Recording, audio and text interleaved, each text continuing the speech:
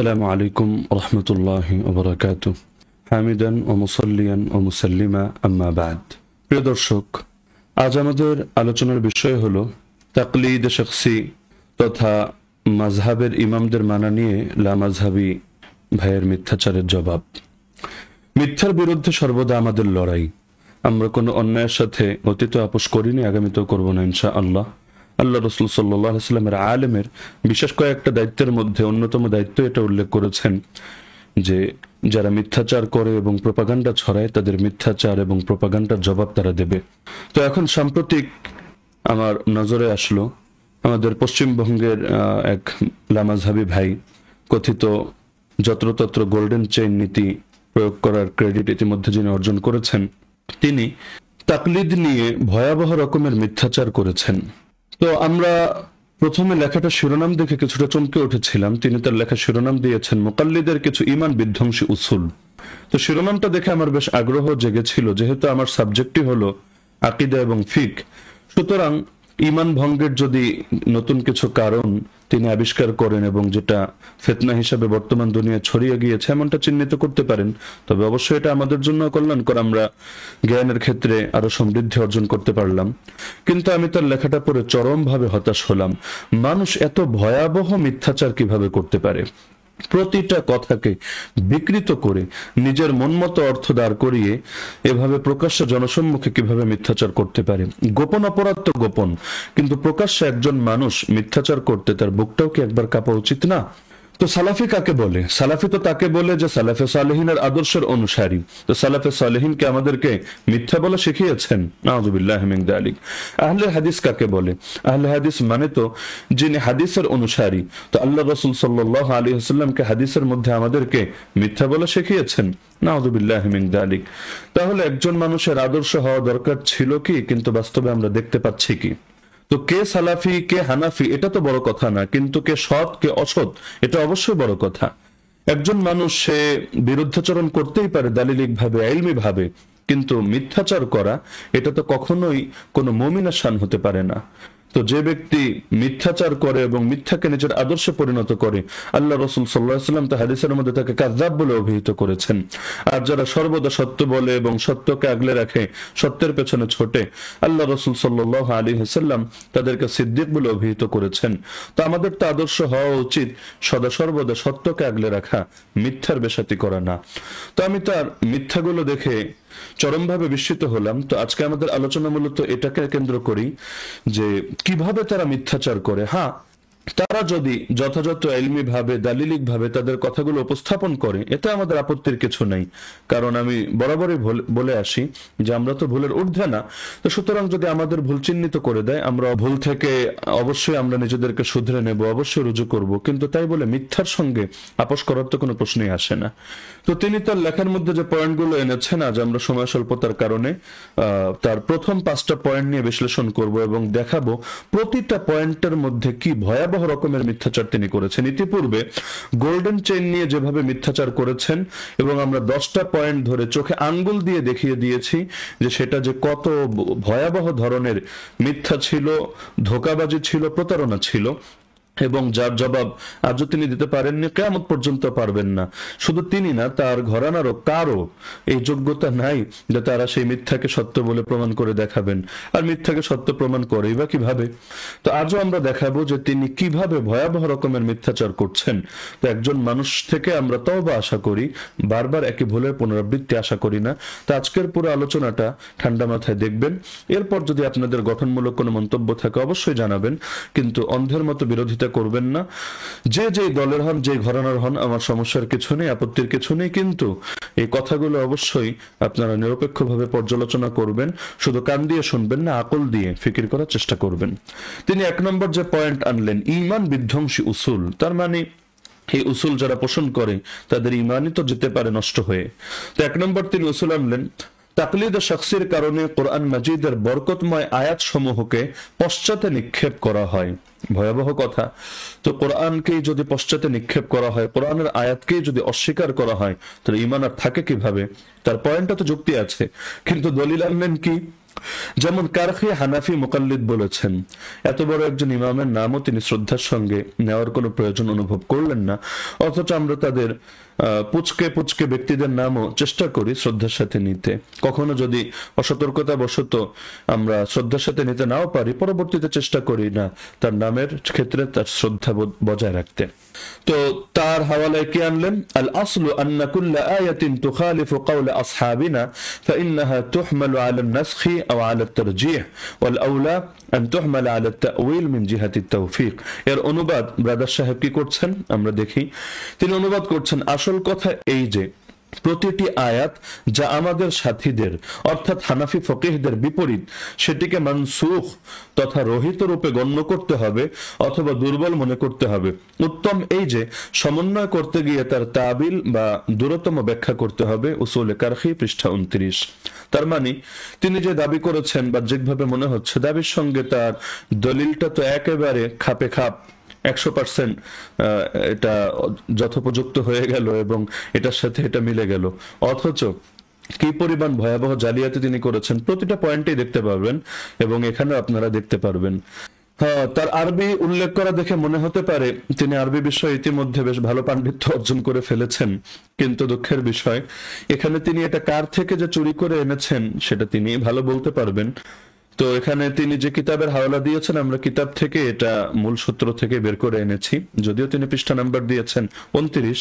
এটা কোন সংস্করণে দিয়েছেন তিনি ভালো জানেন, আমরা পৃষ্ঠা নাম্বারের মিল পাইনি, তবে তিনি যে বক্তব্য দিয়েছেন হুবহু সেটা পেয়েছি। কিন্তু তারপরের মানে এই কথা বলে যে কি বুঝিয়েছেন ইমাম নিজেই যে এটা ব্যাখ্যা সহকারে স্পষ্ট করে দিয়েছেন সেটাকে তিনি সম্পূর্ণ হাইড করে দিয়েছেন।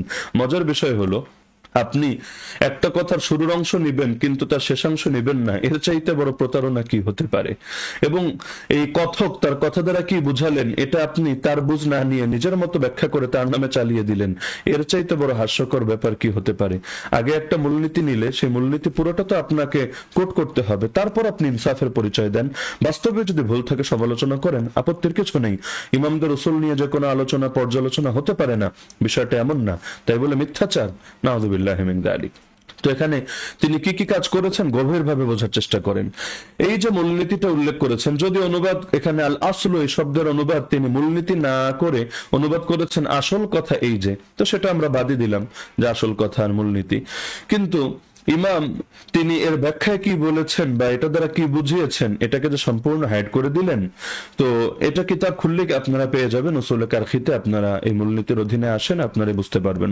সেখানে লেখা আছে মিন মাসাইলিহি, এই যে মূলনীতি বললাম এই মূলনীতির মাসালাগুলো কি কি, একটা উদাহরণ তোমরা দেখো, দেখলে তোমরা বুঝতে পারবে যে মূলনীতি দ্বারা কি বুঝাচ্ছি। এক নম্বরে আন্না মান তাহাররা ইনদাল ইশতিবাহ ওয়াস্তাদবারাল কাবাতা জাযা ইনদানা, কেউ যদি কোথাও কোন এমন জায়গায় গিয়েছে যেখানে কেবলাটা তার কাছে অস্পষ্ট হয়ে গিয়েছে, কোন জঙ্গলে গেল, এখন আকাশেও তারা নেই অথবা সূর্য নেই, যা দেখে সে কেবলা নিশ্চিতভাবে বুঝতে পারে। তো এখন নামাজের সময় হয়েছে, তো নামাজ কিভাবে আদায় করবে? কেবলামুখী হয়ে তো আদায় করবে। তো এখন সেই ব্যক্তি অস্পষ্টতার সময় সে অনুসন্ধান করলো যে কেবলা কি হতে পারে, তো জিজ্ঞাসা করার মতো কেউ নেই, সে তার একটা ধারণা থেকে একটা বিশ্লেষণ থেকে একদিকে ফিরে নামাজ পড়লো। তো দেখা গেল নামাজের ক্ষেত্রে সে কাবার দিকে মুখ না করে কাবার দিকে পিঠ দিয়ে বসলো ভুলবশত। তো এটা আমাদের নিকটে জায়েজ আছে, অর্থাৎ তার নামাজ আদায় হয়ে যাবে, এই নামাজকে পুনরায় আদায় করতে হবে না। কেন? লিআন্না তা'ওয়িল কাওলিহি তাআলা ফাওয়াল্লু ওয়ুজুহাকুম শাতরা ইযা আলিমতুম বিহি ওয়া ইলা হাইসু ওয়াকা তাহরিকুম ইনদাল ইশতিবাহ। এর ব্যাখ্যা করে দিচ্ছেন যে আল্লাহ তাআলা যে বলেছেন যে তোমরা তোমাদের মুখকে ফেরাও কাবার দিকে, এটা কখন? এটা হলো তখন যখন তোমরা সুনিশ্চিতভাবে জানতে পারবে। আর যখন তোমাদের কাছে বিষয়টা অস্পষ্ট হয়ে যাবে যে কাবা ঠিক আসলে কোন দিকে, তখন তোমরা যেদিকে তোমাদের গবেষণা যায়, তোমাদের অনুসন্ধান যায়, তোমাদের পর্যবেক্ষণ যায়, তোমরা সেদিকে ফিরেই নামাজ আদায় করবে। তো আয়াতের বক্তব্য ছিল কাবার দিকে মুখ করতে হবে, কিন্তু এখন বেচারার এমন কোনো মাধ্যম নেই যার দ্বারা সে কাবার দিকে মুখ করবে, তাহলে কি হবে? সেই ক্ষেত্রে সে তার তাহাররি, তার অনুসন্ধানকে কাজে লাগিয়ে আমল করবে। তো বাহ্যিকভাবে মনে হচ্ছে যে আয়াতের সঙ্গে সাংঘর্ষিক হচ্ছে কিনা, না, আয়াতের সঙ্গে সাংঘর্ষিক হচ্ছে না, বরং আয়াতটা বিশেষ একটা প্রেক্ষাপটকে বোঝাচ্ছে আর সে আরেকটা প্রেক্ষাপটে আছে। তার প্রেক্ষাপটের ক্ষেত্রে এই আয়াতটা এখানে হুবহু এই অর্থে প্রযোজ্য হবে না, বরং এই ক্ষেত্রে সেটা তার যতটুকু সাধ্যে আছে সেটাকে গ্রহণ করা হবে। কারণ কোরআনে তো আল্লাহ জানিয়েছেন আল্লাহ সাধ্যের বাইরে বোঝা চাপিয়ে দেন না। আল্লাহ ইসলামের মধ্যে অসাধ্য বলতে কিছু রাখেন নাই। আল্লাহ সহজতা চান, কঠিনতা চান না। একইভাবে রহিত হওয়ার কি দলিল হতে পারে?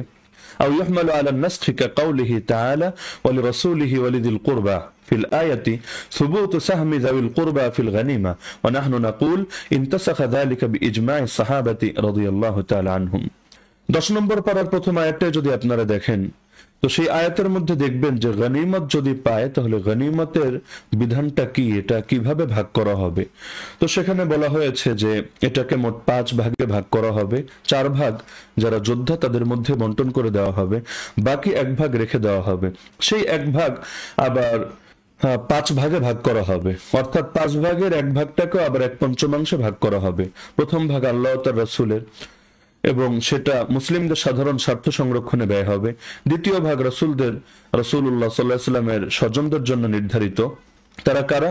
তারা হলো মান তাহরুমুস সাদাকা আলাইহিম, যাদের জন্য সাদাকা গ্রহণ করা হারাম, অর্থাৎ বনু হাশিম, বনু মুত্তালিব। তো তাদের দেখাশোনার দায়িত্ব যেহেতু আল্লাহ রাসূল সাল্লাল্লাহু আলাইহি ওয়াসাল্লামের ছিল, এজন্য সেখান থেকেও তাদেরকে ভাগ দেওয়া হতো। তৃতীয় ভাগ এতিমদের জন্য, চতুর্থ ভাগ দরিদ্র এবং মিসকিনদের জন্য, পঞ্চম ভাগ মুসাফিরদের জন্য। তো এখন আল্লাহ রাসূল সাল্লাল্লাহু আলাইহি ওয়াসাল্লামের ওফাতের পরে যে আমাদের সময় আমরা যে গনিমত যদি এখন পাই, তো সেই গনিমত গুলোকে আমরা আল্লাহ রাসূল সাল্লাল্লাহু আলাইহি ওয়াসাল্লামের নিকটাত্মীয় বা স্বজন যারা, বনু হাশিম, বনু মুত্তালিবের সদস্য যারা, তাদেরকে কি দিতে হবে? তো এটার ক্ষেত্রে মাসালাটা কি? তো বললো যে আয়াতের বক্তব্য তো এটাই যে তাদের জন্য একটা অংশ বরাদ্দ রয়েছে, কিন্তু সাহাবায়ে কেরাম রাদিয়াল্লাহু আনহুম আজমাইনের ইজমায়ের দ্বারা, সর্বসম্মত মতের দ্বারা এটা রহিত হয়ে গিয়েছে। তো এটা যে রহিত হয়েছে, এটা শুধু যে ইমাম কারখি রাহিমাহুল্লাহ তার উসুলে আলোচনা করেছেন বা হানাফি মাযহাবের ইমামরাই গ্রহণ করেছেন, বিষয়টা তো এমন না। আপনারা শেখ আবু বকর জাকারিয়া হাদাহুল্লাহ এর তাফসীরটাই খুলে দেখেন না। তিনি তার তাফসীরের মধ্যে এই আয়াতের ব্যাখ্যায় তিনি এনেছেন, কিতাবের মধ্যে স্পষ্ট আলোচনা করেছেন যে ইমাম ইবনু তাইমিয়া রাহিমাহুল্লাহ বলেন পুরো 1/5 বর্তমানে ইমামের কর্তৃত্বে থাকবে। তো ইমামুল মুসলিমিন যিনি হবেন, খলিফা যিনি হবেন, তিনি মুসলিমদের অবস্থা অনুযায়ী কল্যাণকর কাজে ব্যয় করবেন, ইবনে কাসির। সুতরাং বোঝা যাচ্ছে যে গনিমতের মাল যদিও পূর্বে সূরা আনফালের প্রথম আয়াতে শুধু আল্লাহ ও তার রাসূলের বলা হয়েছে, তবুও তা মূলত মুসলিমদের মধ্যেই পুনরায় বন্টন হয়ে গেছে। রাসূল তার জন্য তার জীবদ্দশায় যা কিছু পেতেন তা বর্তমানে সাধারণ জনকল্যাণমূলক কাজে ব্যয় করা হয়ে থাকে। তাহলে এখন কি বলবেন যে শেখ আবু বকর জাকারিয়া হাদাহুল্লাহ তিনিও হাদিস অস্বীকারী হয়ে গিয়েছেন, বা তিনিও কোরআন অস্বীকারী হয়ে গিয়েছেন, তিনি কোরআনের বিপরীত বক্তব্য দিচ্ছেন? এটা নিশ্চয়ই বলবেন না। আচ্ছা, তারপর তৃতীয় তিনি যে কথাটা এনেছেন যে আওয়ালাত তারজিহ, তো আয়াতটাকে কোন ক্ষেত্রে আয়াতের উপর অন্য বক্তব্যকে প্রাধান্য দেওয়া হবে, তো সেই প্রসঙ্গে তিনি আনছেন كقوله تعالى والذين يتوفون منكم ويذرون أزواجا ظاهره يقتضي أن الحامل المتوفى عنها زوجها لا تنقضي عدتها بوضع الحمل قبل مضي 4 أشهر و10 أيام، لأن الآية عامة في كل متوفى عنها زوجها حاملا أو غيرها. وقوله تعالى وأولاة الأحمال أجلهن أن يضعن حملهن يقتضي انقضاء العدة بوضع الحمل قبل مضي الأشهر، لأنها عامة في المتوفى عنها زوجها وغيرها. لكن رجحنا هذه الآية بقول ابن عباس رضي الله عنهما أنها نزلت بعد نزول تلك الآية فنسختها. وعلي رضي الله عنه جمع بين الأجلين احتياطا لاشتباه التاريخ। এখানে কি বলা হচ্ছে যে কোরআন মাজিদের দুই আয়াতে আমরা দুই রকম বক্তব্য দেখতে পাচ্ছি। এক আয়াতের মধ্যে দেখতে পাচ্ছি আল্লাহ বলেন যে যেই সমস্ত নারীদের স্বামী মারা যাবে এবং তারা মৃত্যুর সময় স্ত্রী রেখে যাবে, তো তাদের বিধান আল্লাহ তাআলা বলছেন যে তোমাদের মধ্যে যারা মৃত্যুবরণ করবে এবং স্ত্রী রেখে যাবে, তো তাদের ইদ্দত কয়দিন হবে, স্বামী মারা যাওয়ার পর তারা ইদ্দত কয়দিন পালন করবে। তো এই যে আয়াতটা, এই পুরো আয়াতটা যদি আপনারা সামনে রাখেন তাহলে দেখতে পারবেন যে এই আয়াতের মধ্যে এই কথাটা বলা হয়েছে যে তারা ইদ্দত পালন করবে কয়দিন পর্যন্ত, স্পষ্টভাবে আছে ইয়াতারাব্বাসনা বিআনফুসিহিন্না আরবাআত আশহুরি ওয়া আশরা, 4 মাস 10 দিন পর্যন্ত। তো এখন তারা গর্ভবতী হোক অথবা গর্ভহীনই হোক, মানে সাধারণ নারী হোক অথবা প্রেগন্যান্টই হোক, উভয় অবস্থায় বিধানটা একই রকম মনে হচ্ছে, কিন্তু বাস্তবে কি আসলে বিষয়টা এমন? কারণ অন্য এক আয়াতে দেখা যাচ্ছে আল্লাহ তাআলা সেখানে আবার বলেছেন ওয়া উলাতুল আহমাল আজালুহুন্না আন ইয়াদানা হামলাহুন, যে সমস্ত নারীরা গর্ভবতী তাদের ইদ্দত হচ্ছে সন্তান প্রসব করা পর্যন্ত। তাহলে দুই আয়াতের বক্তব্য তো সাংঘর্ষিক হয়ে গেল। তাহলে এক্ষেত্রে সমাধান কি? তো সমাধান তিনি দিয়েছেন যে দ্বিতীয় আয়াত যেটা আছে যে গর্ভবতী নারী যদি হয় তাহলে তাদের ইদ্দত হচ্ছে গর্ভপাত করা পর্যন্ত, এই আয়াতটাকে চূড়ান্ত ধরা হবে এবং যদি গর্ভবতী নারী হয় তাহলে সে তালাক প্রাপ্তই হোক অথবা বিধবাই হোক যার স্বামী ইন্তেকাল করেছে, উভয়ের ক্ষেত্রে আমরা এই ফতোয়া দেব। তো এখন এই যে কথাটা বললেন, বাহ্যিকভাবে মনে হচ্ছে যে একটা আয়াতের উপর অন্য আরেকটা আয়াতকে প্রাধান্য দিলেন এবং প্রথম আয়াতটাকে দুর্বল, তুলনামূলকভাবে আগেরটার তুলনায় এটাকে ফতোয়ার ক্ষেত্রে দুর্বল বানিয়ে দিলেন। তো বিষয়টা আসলে কি? তিনি কি আয়াতকে কোরআনকে অস্বীকার করে ফেললেন? বিষয়টা যদি এমনই হতো, আপনারা শেখ আবু বকর জাকারিয়া হাদাহুল্লাহ এর তাফসীর খুলে দেখতে পারেন, তিনি আর কি ব্যাখ্যা করেছেন। তো আপনারা দেখবেন যে তিনি নিজেই এই ব্যাখ্যার মধ্যে স্পষ্টভাবে হুবহু সে কথা এনেছেন যেটা ইমাম কারখী রাহিমাহুল্লাহ বলেছেন। তিনি লিখেছেন কোন কোন বর্ণনায় রয়েছে যে আশজার বহু লোক এটা বর্ণনা করেছেন, তবে স্বামীর মৃত্যুর সময় যে গর্ভবতী থাকবে তার জন্য এই ইদ্দত নয়, তার ইদ্দত হচ্ছে সন্তান প্রসব পর্যন্ত। দলিল হিসাবে দ্বিতীয় আয়াতটাই তিনি এনেছেন। তবে হযরত আব্দুল্লাহ বিন আব্বাস রাদিয়াল্লাহু আনহু বলেন গর্ভবতীর ইদ্দত হচ্ছে সন্তান প্রসব করার পরে আরো 4 মাস 10 দিন, সবচেয়ে বিলম্বের ইদ্দত হচ্ছে গর্ভবতীর ইদ্দত। এই উক্তিটি তো বেশ উত্তম এবং এর দ্বারা দুটি আয়াতের মধ্যে সুন্দরভাবে ভারসাম্য রক্ষা হয়।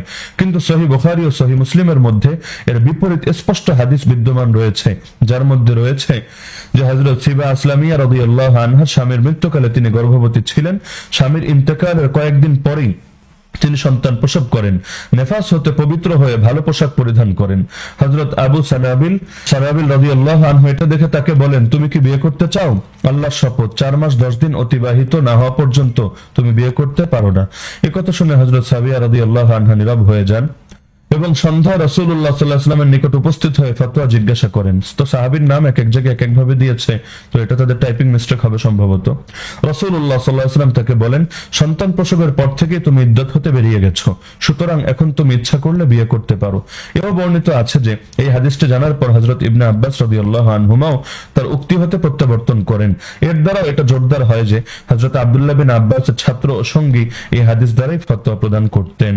এমনকি এই হুবহু একই কথা তিনি অন্য আয়াতের ব্যাখ্যাও এনেছেন। তিনি স্পষ্ট লেখেন শেখ আবু বকর জাকারিয়া হাদাহুল্লাহ তালাকপ্রাপ্ত মহিলা যদি গর্ভবতী হয় তবে তার ইদ্দত হলো সন্তান প্রসব করার সময় পর্যন্ত, যদিও সে তালাকের দ্বিতীয় দিনে প্রসব করে তবুও।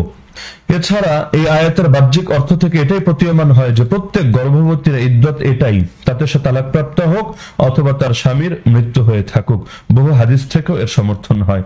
তাহলে এখন শেখ আবু বকর জাকারিয়া হাদাহুল্লাহ রসুলকে আপনারা কোরআন সুন্নাহ বিরোধী বানিয়ে দেন, নাকি শুধু এক পক্ষের উপর আলাদা ক্ষোভ এবং ক্রোধ আছে বলে সব ঝাল শুধু এক পক্ষের উপর মিটাবেন? এটা তো কখনোই ইনসাফের দাবি হতে পারে না। আল্লাহ তাআলা সব ক্ষেত্রে আপনাদেরকে ইনসাফ করার তৌফিক দান করুক। তো এটা তো গেল প্রথম মূলনীতি, যেটার ব্যাখ্যা আপনি করেছেন। এবার দ্বিতীয় মূলনীতিতে আসি। ব্রাদার সাহেব তার দ্বিতীয় মূলনীতিতে লিখছেন তাকলিদে শাখসির কারণে সহিহ হাদিস সমূহকে পেছনে নিক্ষেপ করা হয়। যেমন উল্লেখিত কারখী লিখেছেন আল আসলু আন্না কুল্লা খাবারিন ইয়াজিউ বিখিলাফি কওলি আসহাবিনা ফাইন্নাহু ইউহমালু আলা আন-নাসখি আও আলা আন্নাহু মুআরাদুন বিমিসলিহি সুম্মা সারা ইলা দালিলিন আখার। আসল কথা হলো যে প্রত্যেকটি হাদিস যেটি আমাদের সাথীদের বক্তব্যের বিপরীতে আসবে সেটিকে রহিত কিংবা তদ্রূপ অন্য বর্ণনার বিরোধী মনে করতে হবে, অতঃপর অন্য দলিলের দিকে ধাবিত হতে হবে। উসুলে কারখী পৃষ্ঠা 29 মূলনীতি 30। আচ্ছা, তো এখানেও তিনি একই রকম জালিয়াতি করেছেন। আগের মূলনীতির ক্ষেত্রে যে ধরনের জালিয়াতি, মূলনীতির ক্ষেত্রে হুবহু একই ধরনের জালিয়াতি করেছেন। তিনি বোঝাতে চেয়েছেন যে আমরা আমাদের ইমামদের বক্তব্যকে এতটা প্রাধান্য দেই, এর বিপরীতে যদি হাদিস আসে সে হাদিসকেও আমরা হয়তো রহিত বলে দেই, অথবা আমরা সে হাদিসকে অন্য কোনো ভাবে আমরা এটাকে বাতিল করে দেই, নাউযুবিল্লাহি মিন যালিক। অথচ তিনি নিজে এর ব্যাখ্যা কি লিখছেন এটা এক নজর দিলে তাহলে তো স্পষ্টতা থাকার কথা না। قال من ذلك أن الشافعي رحمه الله يقول يجوز أداء سنة الفجر بعد أداء فرض الفجر قبل طلوع الشمس لما روي عن عيسى رآني رسول الله صلى الله عليه وسلم أصلي ركعتين بعد طلوع الفجر فقال ما هما فقلت ركعة الفجر كنت لم أركعها فسكت قلت هذا منسوخ بما روي عن النبي صلى الله عليه وسلم أنه قال لا صلاة بعد الفجر حتى تطلع الشمس ولا بعد العصر حتى تغرب الشمس। তিনি নিজের ব্যাখ্যা করে দিচ্ছেন, একটা উদাহরণ দিয়ে বিষয়টা বুঝিয়ে দিচ্ছেন। যেমন ইমাম শাফি রাহিমাহুল্লাহ তিনি ফতোয়া দিয়েছেন যে ফজরের সুন্নত ফজরের ফরজ নামাজের পরে আদায় করা জায়েজ আছে সূর্যোদয়ের পূর্ব পর্যন্ত।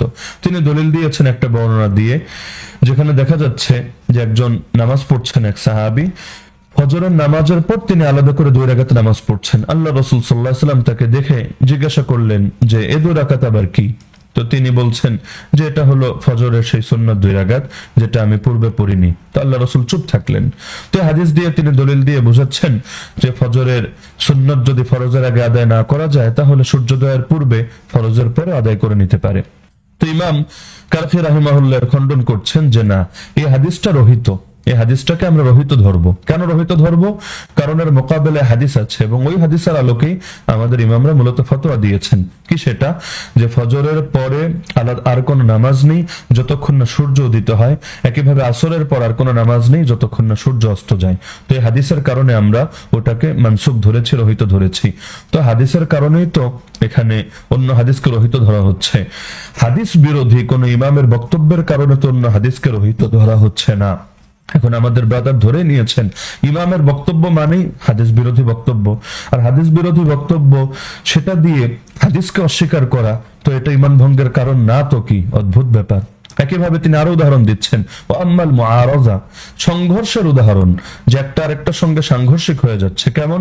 ফাকা হাদিসে আনাস রাদিয়াল্লাহু আন, যেমন আনাস রাদিয়াল্লাহু আনহুর হাদিসে এসেছে আন্নাহু কানা ইয়াকনুতু ফিল ফাজরি হাত্তা ফারাকাদ দুনিয়া, তিনি ফজরের নামাজে কুনুত পড়তেন যতদিন না তিনি পৃথিবী ত্যাগ করেছেন।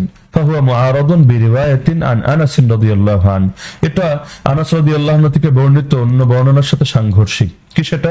আন্না নবী সাল্লাল্লাহু আলাইহি ওয়াসাল্লাম কানাতা শাহরান সুম্মা তারাকাহু, যেখানে আছে আল্লাহ রাসূল সাল্লাল্লাহু আলাইহি ওয়াসাল্লাম 1 মাস কুনুত পড়েছেন, কুনুতে নাজিলা পড়েছেন, এরপর তিনি সেটা পরিত্যাগ করেছেন। ফাইদা তাআরাযা রিওয়ায়াতাহু, যখন তার দুটো বর্ণনায় সাংঘর্ষিক হলো, তাসাকাতা, তখন কোনোটাই তো আর প্রাধান্য দেওয়া যাচ্ছে না। একই বর্ণনাকারীর 2 বর্ণনা সাংঘর্ষিক, তাহলে উভয়টাই আপাতত বাদ যাচ্ছে। তো এখন সমাধান কি? فبقي لنا حديث ابن مسعود وغيره رضي الله عنهم। তো এই ক্ষেত্রে অন্যান্য সাহাবীদের হাদিস সামনে রাখলে সমাধান বের হবে। কোনটাকে প্রাধান্য দিতে হবে এটা অটো বুঝে আসবে। কিভাবে? অন্যান্য হাদিসে আছে যে আন্নান নবী সাল্লাল্লাহু আলাইহি ওয়াসাল্লাম কানাতা শাহরাইন ইয়াদউ আলা আহইয়াইন মিনাল আরব সুম্মা তারাকাহু, যেখানে আছে আল্লাহ রাসূল সাল্লাল্লাহু আলাইহি ওয়াসাল্লাম 2 মাস তিনি আরবের কয়েকটি গোত্রের উপর বদদোয়া করেছেন, এরপর তিনি সেটা পরিত্যাগ করেছেন। তাহলে প্রাধান্য দেওয়া হয়ে গেল। এ কারণে আমরা সাধারণ অবস্থায় এটা ফজরের নামাজে কুনুত পড়ি না, বিশেষ অবস্থায় কুনুতে নাজিল আমরা পাঠ করি।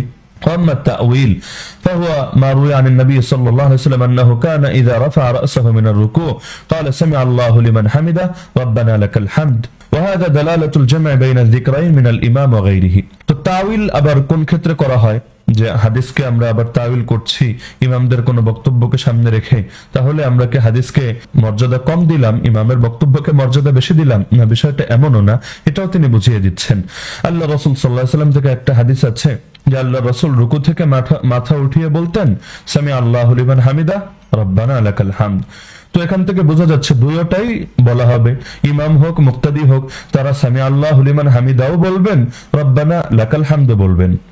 কিন্তু আমরা অন্য হাদিসে দেখতে পাই কি সুম্মা রুইয়া আনিন নবী সাল্লাল্লাহু আলাইহি ওয়াসাল্লাম আন্নাহু قال اذا قال الامام سمع الله لمن حمده قولوا ربنا لك الحمد।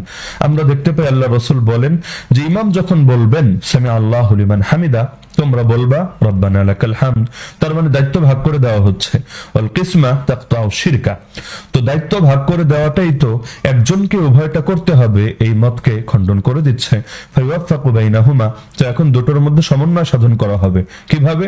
ফানাকুলু আল জামউ লিল মুনফারিদি ওয়াল ইফরাদু লিল ইমামি ওয়াল মুক্তাদি, আমরা বলবো যে একাকী নামাজ আদায় করছে সে উভয়টাই করবে, সে সামি আল্লাহু লিমান হামিদাও বলবে, রব্বানা লাকাল হামদ বলবে। আর যদি ইমাম হয় অথবা মুক্তাদি হয় তাহলে একটা বলবে, ইমাম হলে বলবে সামি আল্লাহু লিমান হামিদা, মুক্তাদি হলে বলবে রব্বানা লাকাল হামদ। ওয়ান আবি হানিফা রাহিমাহুল্লাহ আন্নাহু ইয়াকুল আল জামউ লিল মুতানাফিল ওয়াল ইফরাদু লিল মুফতারিজ, ইমাম আবু হানিফা থেকে একটা মত এমনও আছে যে যে নফল আদায় করছে সে উভয়টাই বলবে, আর যে ফরজ আদায় করছে সে একটা বলবে। তাহলে এখানেও দেখলেন যে কি পরিমাণ জালিয়াতি করলো। এখান একটা জিনিসকে ইমান বিধ্বংসী উসুল বানিয়ে দিল, অথচ পুরো কথাকে সামনে রাখলে দেখা যাচ্ছে এটা কোনো ইমান বিধ্বংসী উসুল না, এটাই হাদিস বোঝার উসুল। এবং লামাযহাবী ভাইয়েরাও হাদিস যখন বোঝে তারাও এ জাতীয় বিভিন্ন উসুল সামনে রেখেই বোঝে, মন গড়া ভাবে তো আর বোঝে না। এই মূলনীতির মধ্যেই সে আবার আরেকটা পয়েন্ট অ্যাড করেছে, ইউসুফ বিন মুসা আল মালাতি আল হানাফি 726 থেকে 830 হিজরি যার জন্ম এবং মৃত্যু সন, তো তিনি নাকি বলেছেন মান নাযারা ফি কিতাবিল বুখারী তাযান্দাকা, যে ব্যক্তি ইমাম বুখারীর কিতাব অর্থাৎ সহিহ বুখারী পড়ে সে জিন্দিক মানে নাস্তিক হয়ে যায়। ইবনুল আইমাদ শাজারাতুজ যাহাব 7 নম্বর খণ্ড 39 নম্বর পৃষ্ঠা। এটা পরে আমি আর হাসি থামিয়ে রাখতে পারছিলাম না। এটা দিয়ে সে বোঝানোর চেষ্টা করেছে যে হাদিস দেখলে আমাদের গা জ্বলে, অথবা আমরা যে সহিহ বুখারী পাঠ করবে তার জিন্দিকে মনে করি। নাউযুবিল্লাহি মিন যালিক।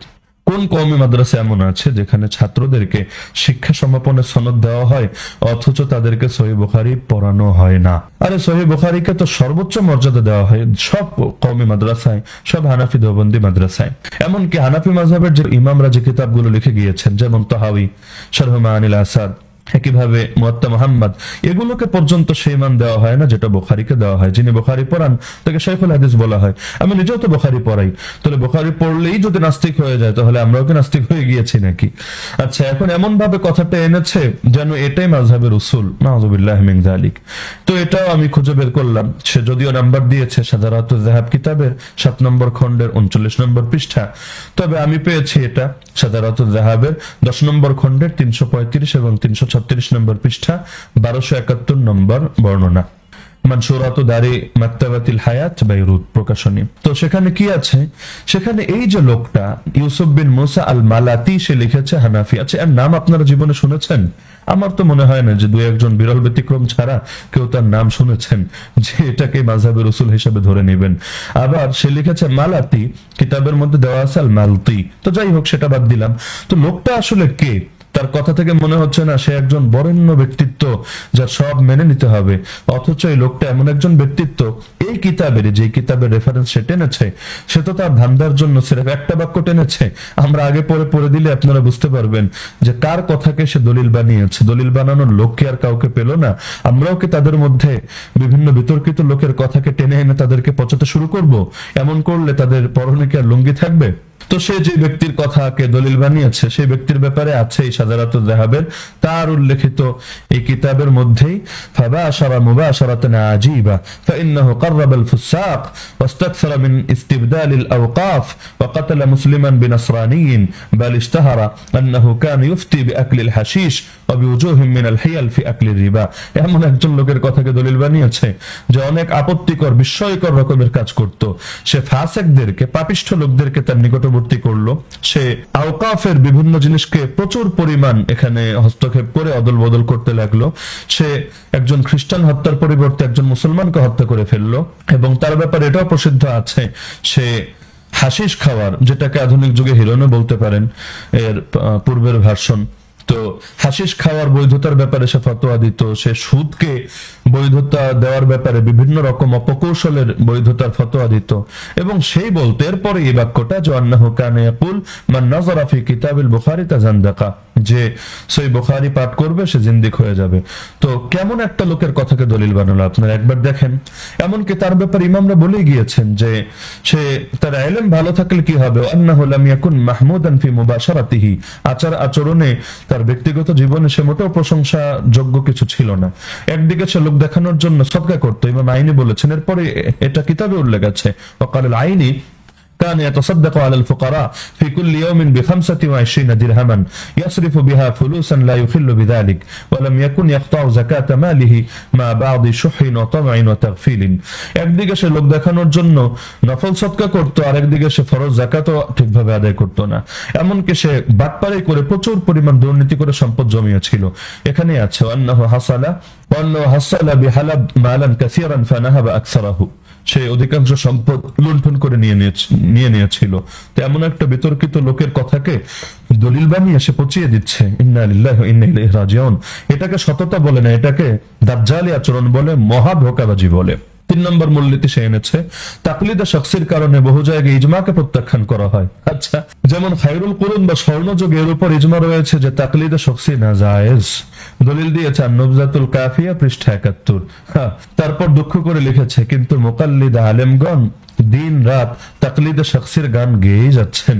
তো মজার বিষয়, কিতাবের লেখকের নামটা এখানে আসে আনেনি, ইমাম ইবনে হাজম জাহিরির কিতাব। তো ইমাম ইবনে হাজম জাহিরির কে এত পছন্দ হয়ে গেল, তো আপনারা জাহিরি মাযহাব মেনে নেবেন? যদি মেনে নেন আমাদের কোনো আপত্তি নেই, না হলে ইমাম ইবনে হাজম জাহিরির উসুলটাই পছন্দ হলো, ভালো কথা। আচ্ছা, তারপর ইমাম ইবনে হাজম জাহিরি বললেন কি, আর আপনি বুঝলেন কি, আর মানুষের সামনে ধোঁকাবাজি করলেন কি? তিনি কি বলেছেন আমি হুবহু তাকে কোট করছি, যারা আরবি জানেন আপনারা বুঝে নেন।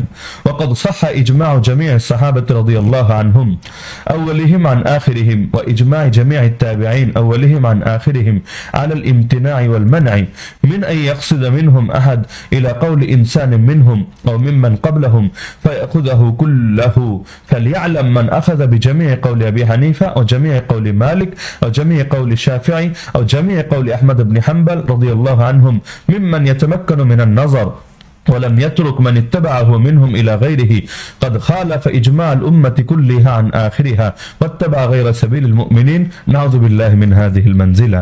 তো আপনারা পুরোটা পড়ে দেখেন, এখানে কি বুঝালেন?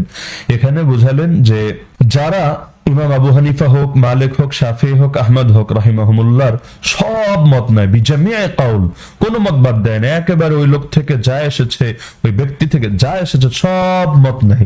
অথচ তার অবস্থা কি, মিম্মান ইয়াতামাক্কানু মিনান নাজার, সে গবেষণা করতে পারে, ইজতিহাদ করতে পারে, আর সে তার মত বাদ দিয়ে ওই যে ইমামেরটা নিয়েছে এটা বাদ দিয়ে কোনো ক্ষেত্রে অন্য ইমামের কোনো মত নেয় না। তো সে গোটা উম্মতের ইজমায়ের বিপরীত অবস্থান নিয়েছে, মুমিনদের পথ বাদ দিয়ে ভিন্ন পথের অনুসরণ করেছে, এটার বিরোধিতা তিনি করেছেন, এবং এটা যে ইজমা বিরোধী এটাকে তিনি সাব্যস্ত করতে চেয়েছেন। তো একজন হানাফির নাম আমাকে বলেন, অথবা একজন শাফিঈর নাম, অথবা একজন মালিকের নাম, অথবা একজন হাম্বলির নাম, যিনি তার মাযহাবের মূল ইমামের সব মত জামিয়া কওল মত নিয়েছেন। অদ্ভুত ব্যাপার। আমরা কয়টা মাসালা ইমাম আবু হানিফা রাহিমাহুল্লাহ সব মত নেই। ইমাম আবু হানিফা রাহিমাহুল্লাহ তিনি দেখা যাচ্ছে একটা মাসালার মধ্যে মত দিয়েছেন, আবার সেই মাসালায় সাহেবাইন ভিন্ন মত দিয়েছেন, অথবা পরবর্তী যুগের কোন ইমাম ভিন্ন মত দিয়েছেন। সেই ক্ষেত্রে তো আমরা তার মত অস্বীকার করে, দেখা যায় অনেক ক্ষেত্রে যদি দলিলের বিবেচনায় ভিন্নটা শক্তিশালী হয় সেটাকে আমরা গ্রহণ করি। ইমাম আবু হানিফা রাহিমাহুল্লাহর মোট ফতোয়া ছিল যে কয়টা, তার কয় পার্সেন্ট আসলে হানাফি মাযহাবে অফিসিয়াল মত হিসেবে গৃহীত হয়েছে? 90%, 80%, 70%? এটাও তো দেখাতে পারবেন না আপনারা। তাহলে সব মত নিয়েছে এবং নেওয়ার কারণে ইজমা বিরোধী অবস্থান নিয়েছে। এই গাজাখড়ি দাবি কিভাবে করছেন? ইনসাফ করেন না। আপনি মুকাল্লিদদের বিরুদ্ধে উসুল দাঁড় করাচ্ছেন, ঈমান বিধ্বংসী উসুল, অথচ এমন একটা উসুলের আপনি সমালোচনা করছেন যে কাজটা কেউ করেই না। তাহলে তো ইমাম ইবনে হাজম জাহিরি মূলনীতি লিখেছেন, তো জাহিরি মাযহাব যারা মানে, এবং আপনারাও তো অনেক ক্ষেত্রে জাহিরির কাছাকাছি বটে, তো আপনারাও তো সেই ক্ষেত্রে একই ফতোয়ায় পড়ে যাবেন। অদ্ভুত ব্যাপার স্যাপার, এগুলোকে তো ইনসাফ বলে না। যেই কাজ কেউ করে না সেটা তার নামে চালাবেন। আর অস্পষ্ট ভাবে লিখলেন কেন যে তাকলিদে শাখসি নাজায়েজ, এই কথা তিনি বলেছেন। আসলে তিনি কতটুকু বলেছেন এবং আপনি এটার দ্বারা যা বোঝাচ্ছেন, আপনার অডিয়েন্স এখান থেকে কি বার্তাটা নিচ্ছে? তারা তো এখান থেকে এটাই বুঝছে মাযহাব মানা নাজায়েজ, কারণ মাযহাব মানলে সেই ক্ষেত্রে ইজমা বিরোধী অবস্থান হচ্ছে। অথচ ইমাম ইবনে হাজমকে আসলে এই মূলনীতি বুঝিয়েছেন।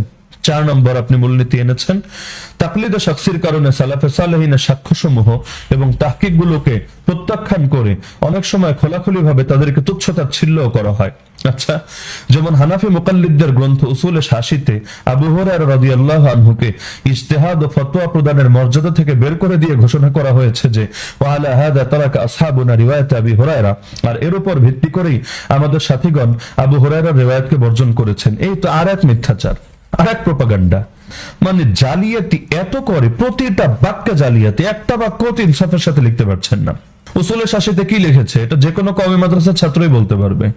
এই কিতাব যেহেতু আমরা পড়ে এসেছি, পরীক্ষা দিয়েছি, পড়িয়েছি, তো ভালো করে জানা আছে কি বলা আছে।